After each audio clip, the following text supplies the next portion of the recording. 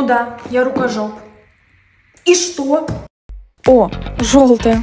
Под цвет нашего средства. Разлитое молоко не такая уж и сильная проблема, но не хочется, чтобы потом остался неприятный запах, поэтому пшикаем. Теперь пахнет зеленым чаем. Вуаля. Микроволновка выглядит похуже, поэтому пшикаем. Блин, еще и на белый порожек суп разлился. Протираем. Противно, но что поделаешь, за собой надо убирать, а то в свинарнике долго не проживешь. Теперь добралась до доски. Сейчас попшикаем, смоем и будем проверять, остался ли запах. Деревянные доски очень глубоко впитывают запах, а на ней я резала курицу с чесноком и в ядреном соусе. Отмылась на ура, а запах? Пахнет як.